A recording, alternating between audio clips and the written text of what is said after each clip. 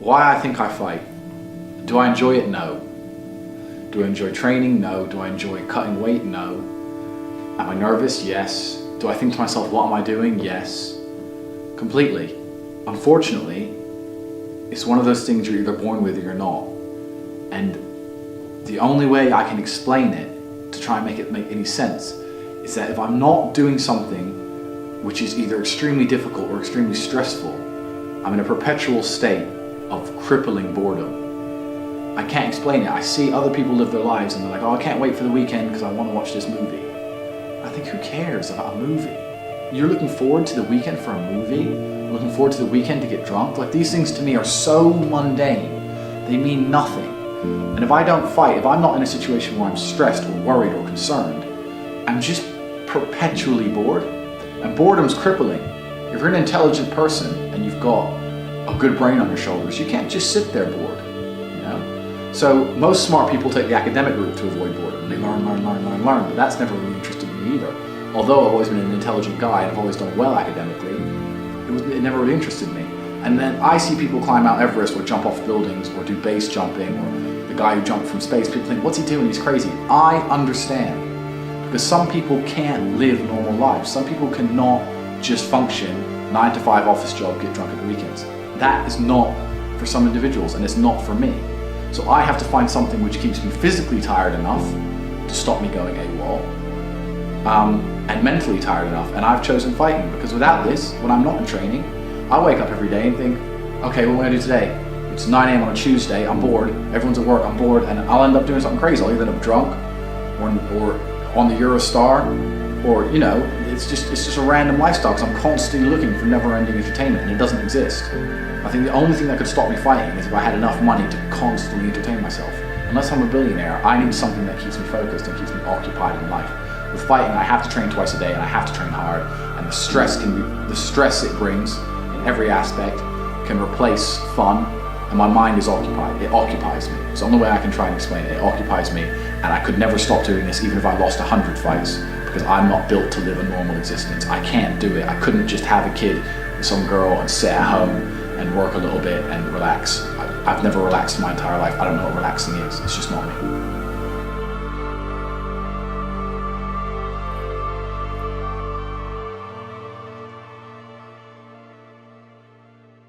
I was a 4-time kickboxing world champion. For 12 years, I trained 5 hours a day, 6 days a week. And I was motivated to train probably about 25% of the time. The rest of the time I went because I am disciplined. You don't feel like going through that shit on a Wednesday morning when you wake up, but you have to do it because you're disciplined. You're either a disciplined individual or you are not a disciplined individual. There's a difference between want and want. And I say this all the time. People say to me, I want to be rich. And I say, okay, well, I want to be able to ice skate, but I don't want to be able to ice skate enough to go learn how to ice skate because I can't be bothered. I mean, surely if I could click my fingers and be a figure skater, I'd click my fingers. Who wouldn't? But I don't want to actually go train because I don't want it enough. And this is the exact point with money. Everyone wants money put on their lap. If you truly wanted money, you wouldn't be able to sleep until you fucking had it. And this is the point. Because when I had nothing, I couldn't be distracted. You couldn't distract me from what I wanted.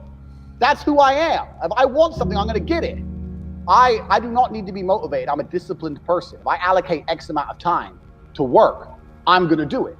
But that is the bottom line answer. It's discipline. You're going to have to work when you don't feel like working. That's how it's going to have to be, or you're never going to be eating.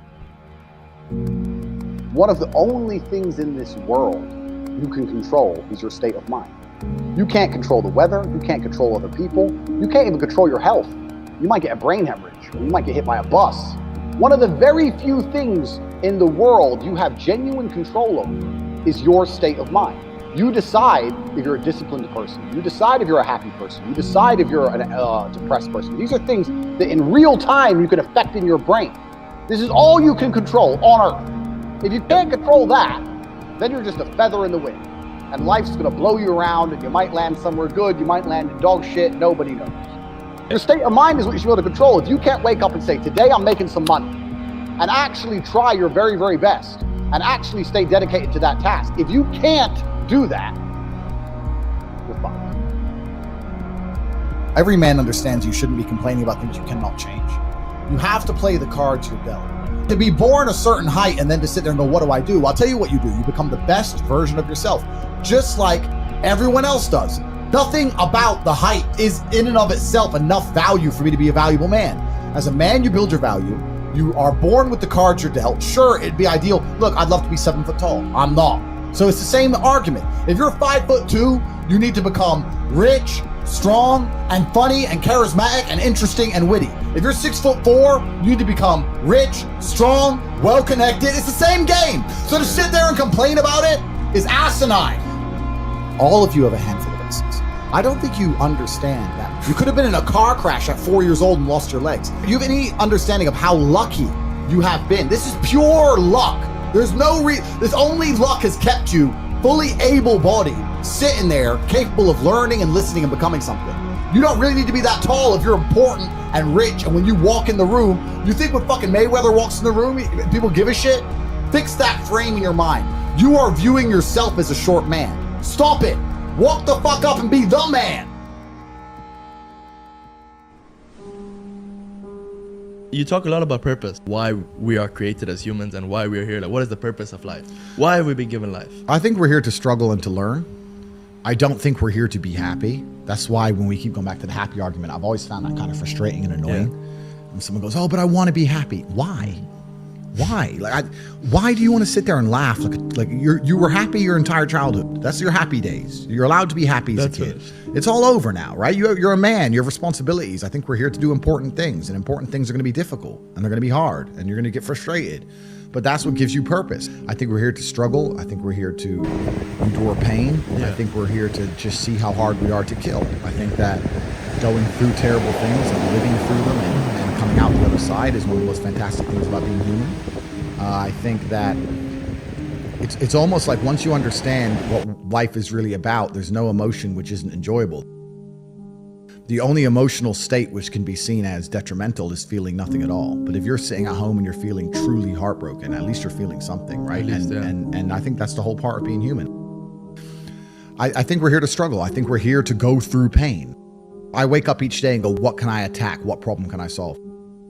And look at history. Why did Genghis Khan wake up and want to conquer the whole world? Why did Napoleon conquer the world? Why did Alexander the Great conquer the world? You just wake up and just say, give me this, give me that. I want all of it. Yeah. There's an army there. They're really big. We're better. It's intrinsic. You need to go and conquer. That's the purpose of life. Do you believe that God created us? So why did God create us to struggle? Because if you don't struggle, you don't learn. God created us to learn and understand ourselves and understand other people and understand the world. And what did I say earlier? I said that you don't learn a lesson without pain. So you have to struggle to learn anything. There's only two ways to learn things, the hard way or the harder way. If you're smart, you can learn the hard way.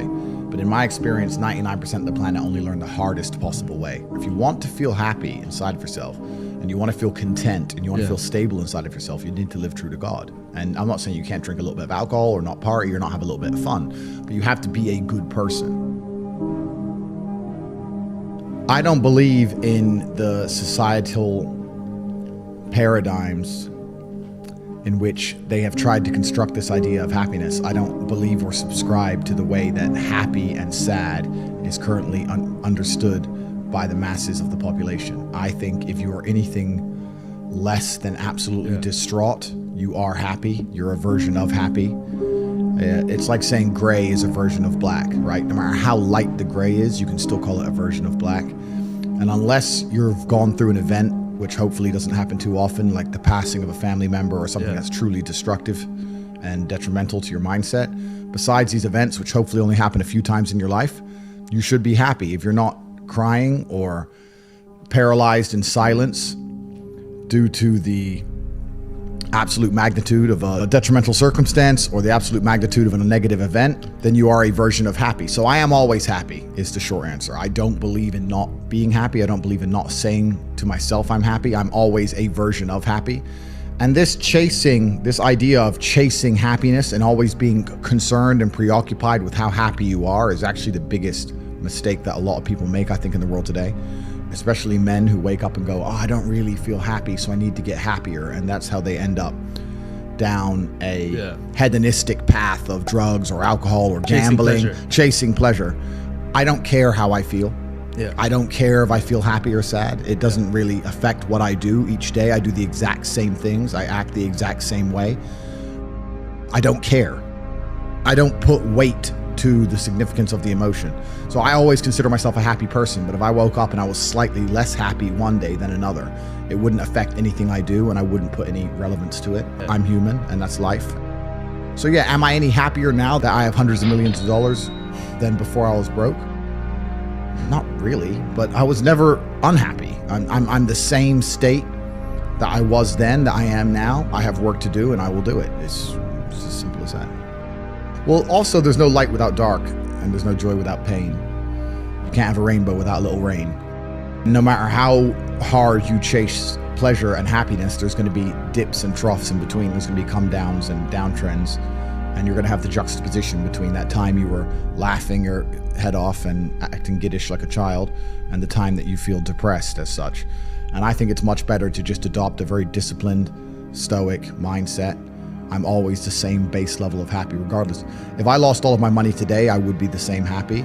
If my net worth quadrupled, I'd be the same happiness. But as long as I'm alive and the people I care about and love are alive, and as long as God gives me the honor of doing my duties and providing for the people I care about, as long as I get to wake up and know that there's a whole bunch of people in the world who need me and I get to work hard to please them and do good for society and good for the world, then I'm a vessel of God and I'm happy enough to survive. That's all I look at it as. I don't ever consider how do I feel. That doesn't cross my mind. I have things to do. I'm too busy. I have things to do every single day. I have very important things to do, and how I feel really is not going to affect how I complete those tasks.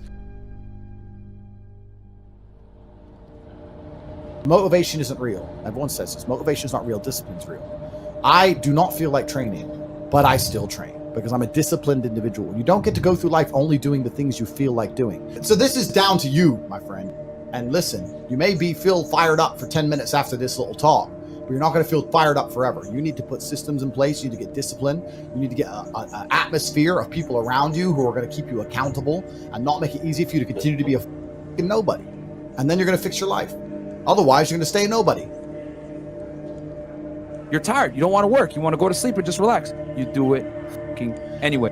That is the most basic imperative of the masculine frame, which has been destroyed in real time. They are trying to convince you that you should act how you feel. You should show more of your feelings. If you feel this way, you should show it. If you want to cry, cry. What I'm saying is the reason they're trying to bring out emotionality in you is because of exactly what Myron said. Most of the time, you don't feel like doing the things you're supposed to do. But the true masculine frame throughout history was doing the things they didn't want to do, but they knew they had to do because they had honor and duty. That's what honor and duty means. Do you think the men on the Titanic wanted to stay on the fucking Titanic? No, we're men. We have to stay. We're scared, but we must. It's our duty to let the women and children on the lifeboats. This is masculine duty. A good man controls himself. I have absolute self-control. Emotional control is absolutely and utterly important as a man. I'm saying that you need to understand as a man, there are certain principles under which you act, regardless of how you feel. I can wake up in a terrible mood. I can wake up sad. I can ache. I can have a busy day, stressed, etc. I will complete the same tasks as if I woke up in a fantastic mood. I'll do the same things because how I feel has no bearing on the things I'm going to do with my day because I have duty to myself and to my bloodline. Because you think there's something wrong with you. You go, well, I lack motivation. I don't have the motivation to go to the gym. Well, here's the news flash. Neither did I. And I still did it. So now what are you going to say? Now you have no excuse, right? Oh, you're scared to get in the ring. So was I. I still did it. Scared to get in the cage. So was I. I still did it. Being a man isn't about not feeling things. It's about acting the way you're supposed to act regardless of how you feel. We act. We're men of action. We get things done. So the world got built. All of it. All the men who built the skyscrapers felt scared. They did it anyway. You need to become a man of action. Stop worrying about how you feel and start worrying about what you're supposed to be doing. How about that? I've always been disciplined myself because I've always lived a disciplined life. I lived in a disciplined household. Like there was no such thing as I don't want to. So even now, if I wake up and I don't want to do something, I don't need someone to tell me to do it because I'll do it anyway. I mean, who wants to run a marathon? Nobody. Who wants to do do that. You just do it, don't you? Because, you know, it's the thing you're going to have to do, and you have to blood, sweat, tears. There is a version of the world where you can feel things and really not give a f how you feel. Like, if I feel sad, it does not change how I act, and it does not change the things I do. If I don't feel like going to the gym, I go to the gym. If I don't feel like working, I will still work. If I wake up in a happy mood and I have a business to run, if I wake up in a sad mood, I have the same shit to do. I'm going to get it done. So where's the importance of it? It's in my mind, that's how I view it. Like, how does that affect what I'm going to do? Well, nothing. It doesn't. Motivation in and of itself is a scam. I don't believe in motivation. I believe in discipline. I am not motivated to do the things I'm supposed to do. I don't wake up full of like joy. I have to go to the gym, or that I have to work, or I deal with crap. I don't feel motivated to do them. I'm disciplined. I do them regardless of how I feel. Whether I'm in the mood to do it or I'm not in the mood to do it, it gets done. That's discipline. Discipline's a real thing. Motivation is fleeting. You're never going to be permanently motivated. If you're the kind of person who can only try hard at something he enjoys, then you're going to fail. If you truly want to win, you can't only want to win when you're happy, and you can't only want to win when you're motivated. You're competing against men like me who will perform even when it's raining, not only when the sun is shining. And if you're going to be the kind of person who can only do it in one of those scenarios, you are going to lose. You must be prepared to perform all of the time. I have a lot of people who message me and say, oh, I struggle with motivation. And my answer is simple. Then stay a loser. If you can't find the motivation to not be a loser, then I strongly recommend you just stay a loser, stay in your lane, and stay out of my way. I have no time for people who cannot find the motivation to fix themselves and fix their own lives. I've been the kind of person who will perform 7 days a week. It doesn't matter how I feel, it doesn't matter what's happened, it doesn't matter if I'm happy or sad, things must be done. And this is the mindset you need to adopt if you want to be a winner. I think a man should have absolutely no interest in whether he's actually happy or not. If I wake up and I'm unhappy, I will do the exact same things as if I am happy. I will go to the gym the same. I will work the same. How I feel has no impact on how I live my life. I don't think happiness as an index is a healthy view for a man to have on life success. If you're waking up and going, oh, am I happy, am I not? You're looking at life wrong. I think as a man, if you put happiness if you move it down the scale, right? And you start looking at, am I successful? Am I competent? You know, am I achieving things? Am I respected? If you start to look at these indicators of your life, you're going to end up being happier without actually analyzing if you're happy or not. You have to just work. At some point you have to bite the bullet and just work. Working harder is never going to not help.